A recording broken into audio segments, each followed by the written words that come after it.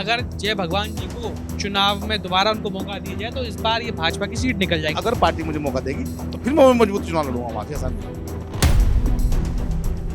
तो कलियर में विकास, जब हम लोगों से बातचीत करते हो तो लोग ये बताते हैं कि विधायक जी जो है वो सिर्फ अपने अपने क्षेत्र में अपने लोगों का विकास करते हैं, आम जनता के एक नज़र से देखते हुए विकास नहीं करते। क्या आप इस बात को मानते हैं? नहीं, कलियर में वास्तव में जो विकास होना चाहिए था हो नहीं पाया। उसका कारण ये भी है कि लगातार वहाँ से फुरकान अहमद जी विधायक हैं और विकास पर उनका कम ध्यान है। कांग्रेस पार्टी के जो विधायक हैं, जो पार्टी के आला कमान है, वो लगातार ये बात कह रहे हैं कि इस बार 27 के विधानसभा चुनाव में भाजपा का उत्तराखंड से सुपड़ा साफ हो जाएगा। मैं तो मानता नहीं उत्तराखंड में कांग्रेस नाम की कोई चीज़ है। तो ये सैनी आपस में एकजुट नहीं रह पाते, जिससे भाजपा की कहीं ना कहीं जो भीतर गात है वो असर दिखाती है भाजपा को सीट निकालने में। ये बात आप मानते हैं? कि सैनी जहाँ भी है, जिसे बदनाम किया जाता है समाज को, वोट नहीं करता, वो 85% 90% वोट करता ही है। नमस्कार, मैं हूं ऋषभ शर्मा और आप देख रहे हैं द न्यूज वाला नेटवर्क। और इस वक्त हम मौजूद हैं कलियर विधानसभा क्षेत्र में और आज हमारे साथ आगामी विधानसभा चुनाव 2027 पर बात करने के लिए, आने वाले भविष्य की स्थितियों पर बात करने के लिए, प्रदेश स्तर में क्या माहौल है चुनाव का, विकास क्या है क्षेत्र का, इन सभी विषयों के ऊपर बात करने के लिए मौजूद हैं भाजपा के पूर्व चुनाव प्रत्याशी और कलियर विधानसभा से जनता के बीच में रहने वाले लोकप्रिय नेता श्री जय भगवान सैनी जी। नमस्कार, तो स्वागत है आप। नमस्कार भाई जी, आपका बहुत बहुत धन्यवाद। सबसे पहला सवाल मेरा आपसे यही रहेगा कि इस बार कलियर विधानसभा क्षेत्र में कैसा माहौल है भाजपा को लेकर? नहीं, एक विधानसभा कलियर क्यों, पूरे प्रदेश में बहुत अच्छा माहौल है और अगली बार भी सरकार भारतीय जनता पार्टी बन रही है। अच्छा, आपने कहा कि पूरे प्रदेश में, लेकिन मैं बात करूंगा कलियर विधानसभा क्षेत्र की, क्योंकि अभी हम जानना चाहते हैं कि कलियर में क्या माहौल है, क्योंकि जितने भी समीकरण हैं वो सब जगह बदलते रहते हैं और भाजपा की अच्छी पकड़ है। लेकिन अगर हम बात करें कलियर की, तो 3 बार से लगातार हाजी फुरकान कांग्रेस के जो विधायक हैं वो अपनी जगह ले रहे हैं, लेकिन भाजपा कहीं ना कहीं वो जगह नहीं बना पाई है जो अन्य जगह पर अपनी छाप बना रही है, जोड़ रही है। जैसे आपने देखा पश्चिम बंगाल में भी एक लंबे कालखंड के बाद में भाजपा ने अपनी जगह बना दी, पर वो दिन कब आएगा जब कलियर विधानसभा क्षेत्र में भाजपा अपनी जगह जड़ें मजबूत करके बनाएगी? नहीं, फिलहाल कलियर में ये सीट लगभग 2009 में वैसे तो मैं तो 12 में सैनी जी लड़े और उन्होंने अच्छा किया। हमारे पास शुरुआत में सीट बनी थी फिलहाल कलियर, और उसके बाद 17 में लड़ा, मैंने काफ़ी अच्छा किया और लगातार वहाँ भारतीय जनता पार्टी का ग्राफ बढ़ रहा है और ठीक ही होगा वहाँ। अच्छा, अगर मैं समझना चाहूँ कि आप देखेंगे कि विकास को लेकर अगर हम बात करें तो कलियर में विकास, जब हम लोगों से बातचीत करते हो तो लोग ये बताते हैं कि विधायक जी जो है वो सिर्फ अपने अपने क्षेत्र में अपने लोगों का विकास करते हैं, आम जनता के एक नज़र से देखते हुए विकास नहीं करते। क्या आप इस बात को मानते हैं?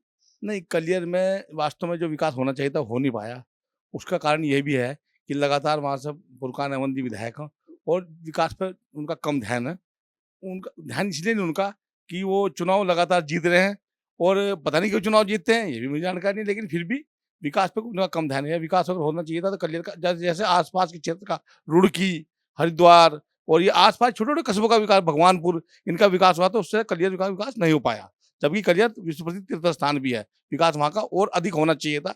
जो विकास की कमी वहाँ आपको भी दिख रही है, मैं भी देखता हूँ वहाँ पे। तो लोग ये कहते हैं कि विकास इसलिए नहीं हो पा रहा है कि विधायक की नजरें जो है एक तरफ से कहीं ना कहीं वैसी नहीं, वो सिर्फ अपने लोगों का विकास करवाते हैं। क्या ये बात आप मानते हैं? नहीं, फिलहाल कलियर में तो उसके अपने लोग हैं, 99% तो वही है। उनके बाद भी वहाँ पे और विश्व प्रसिद्ध स्थान भी है और उसकी इस फिलहाल कलियर में मेरा मानना है कि 20-25 साल तक कुछ नहीं बदला। मैं भी यहीं पैदा हुआ हूँ, बड़ा हूँ, सब पता है मुझे। लेकिन फिलहाल कलियर में आप ये समझ लो एक पुल के अलावा पिछले 25 साल में कुछ नहीं बदला वहाँ।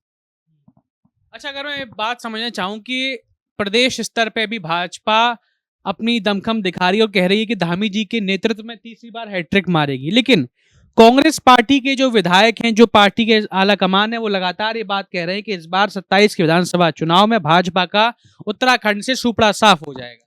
कांग्रेस की स्थिति पूरे देश में बहुत नाजुक है।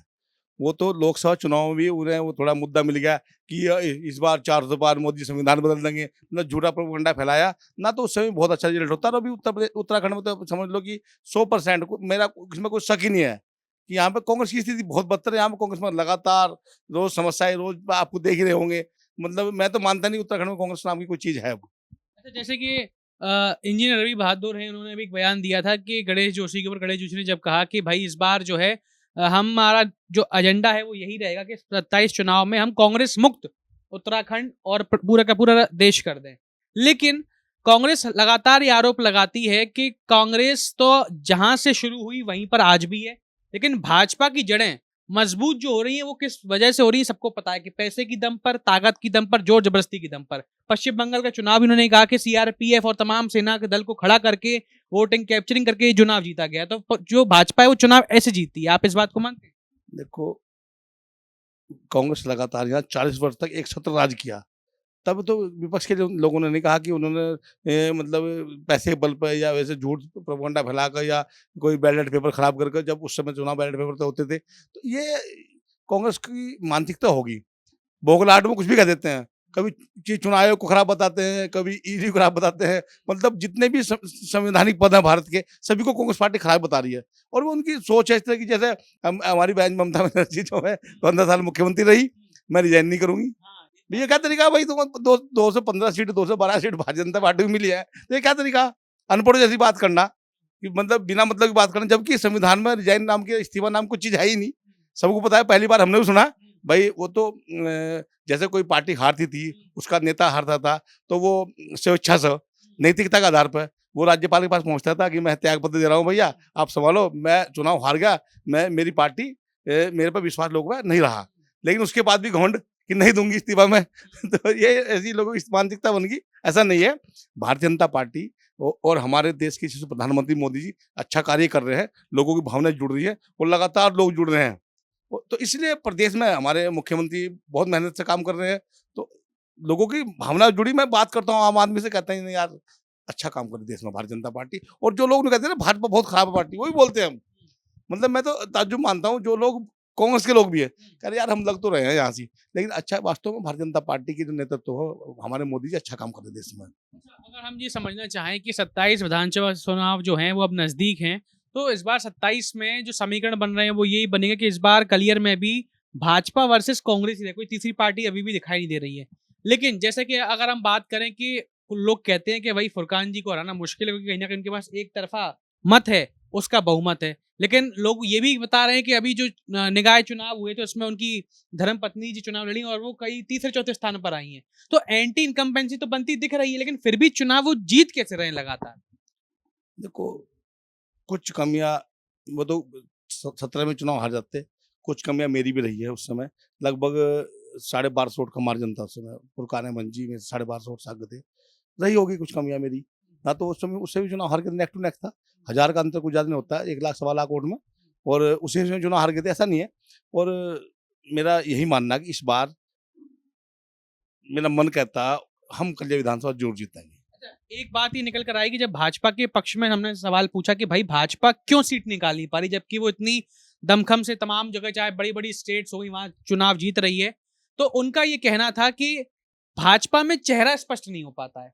क्योंकि बात यह कि भाजपा पार्टी से उम्मीद है, लोगों को भाजपा से उम्मीद है, वो कहते हैं कि सीट निकाल सकती है पर निकाल नहीं पाती। वो वजह ये है कि चेहरा हर बार बदलाव होता है। ऐसा क्यों होता है? क्योंकि जिसने चुनाव लड़ा उसी को दोबारा फिर मौका क्यों नहीं दिया जाता है? बात बार बार ये निकल कर भारतीय जनता पार्टी विश्व की नंबर 1 पार्टी है, और कुछ ये जो बातें है, ऐसा चेहरा वहां पे है कमल का फूल, चेहरा वहां होता ही है। और रोज कार्यक्रम चलता है भाजपा का, भाजपा का मंडल स्तर लेकर बूथ स्तर पन्ना प्रमुख तक के लोग रहते हैं। तो ये बोल रहा कि चेहरा नहीं है भाई। अगर हम चेहरा पहले, अगर योजना पार्टी वो पहले चेहरा घोषित करते हैं, तो ये अच्छा भी नहीं लगता। जब एक इतनी बड़ी पार्टी है, उसका संगठन वहां काम कर रहा है, हर समय लोग लगे हुए हैं, हर प्रत्येक कार्यकर्ता बूथ स्तर पर लग रहा है। और मैं मानना यह है कि मंडल अध्यक्ष को तो पूर्णकालिक काम भारतीय जनता पार्टी में है, पूरा समय राजनीतिक उसका जो भी सामाजिक कार्य इतने भाजपा के तो करते रहते हैं। ऐसा नहीं है, चेहरा तो है ही हमारे पास कमल का फूल। और रही हार जीत की बात, वो परिस्थिति वहां की पता भी है आपको भाई। पार्टी ने अच्छा ही किया होगा जब सोचा होगा भाई शामवीर सैनी थोड़ा अच्छा नहीं कर पाए, जावगान सैनी ठीक करेगा, और जावगान सैनी जब 17 में अच्छा नहीं कर पाए तो मुनीष सैनी ठीक करेगा। संगठन और नेतृत्व जो शीर्ष नेतृत्व अच्छा ही सोचता है, लेकिन वो नहीं। लेकिन जनता भ्रमित हो जाती है। जनता ये कहती है कि भाई अब मान लीजिए कोई को उम्मीदवारी दी गई, किसी को ये बताएगा कि भाई हाँ जय भगवान जी या कोई भी व्यक्ति रहा है वो उसको उम्मीदवारी दी गई। अब अगले चुनाव में हम मान लीजिए हम सोचे कि नहीं यार हमको बदलाव करना है या फिर इस व्यक्ति को मिल जाए मौका तो हम वो चुनाव जितवाएं, लेकिन तब तक एक नया नाम, एक नया पुराना व्यक्ति से जगह नए व्यक्ति को उतारते थे, पहले तो उसी को समझने में देर लग जाती है जनता को। जनता कहती है ये नया चेहरा है, नया व्यक्ति, तो उसको हम पहले समझे, पुराने को मौका देते तो हम एक बार के लिए उस तरफ जाते भी। तो इससे कहीं ना कहीं जो है वो एकजुटता भाजपा के समर्थकों में, भाजपा के वोटर्स में नहीं आ पा रही है। हमने ग्राउंड रिपोर्ट में करी, भौरी में करी और भी जगह करी, लोगों ने यही बताया कि भाजपा के तो हम साथ में, लेकिन चेहरा जो बार बार बदलती है भाजपा, जिससे कोई हर बार कोई नया चेहरा, अब उसको हम कैसे साधें कि कैसे माने कि भाई कैसा क्या काम है, लेकिन जो पुराने चेहरे हम तो चाहते हैं उनको आगे बढ़ाया जाए। देखो वहाँ पे मैं लोकसभा चुनाव 2009 से लगा, प्रधान करिए जब अस्तित्व में आई 2009 में लोकसभा चुनाव हुए, मैं वहाँ तभी से लग रहा हूँ। हालांकि मेरा निवास स्थान जवालापुर में है, जहाँ बैठे हुए अन्नूबास में, लेकिन मैं वहाँ लगा और मैंने मेहनत से वहाँ काम किया। 12 में श्यामवीर सैनी जी लड़े, मैंने उन्हें शिद्दत से मजबूती से चुनाव लड़वाया वहाँ, और लड़ा, और वो चुनाव नंबर 3 पाया, कि अंतर ज्यादा था, 45-46 का अंतर था, नंबर 3 पाए। उसके बाद पार्टी ने मुझे मौका दिया, और जितने भी चुनाव पंडित बोल दो या राजनीति करने लोग थे, ये सब ये जानकारी किसी को नहीं थी वहाँ कि भारतीय जनता पार्टी कैंडिडेट वहाँ इतने नजदीक से पहुंच जाएगा, इतने नजदीक पहुंच जाएगा। कहे बोल रहे थे कोई, लेकिन मैं वहाँ बहुत नजदीक पहुंचा, और 5 साल जनता के बीच में भी रहा, और आज भी लोग मुझे प्यार करते हैं।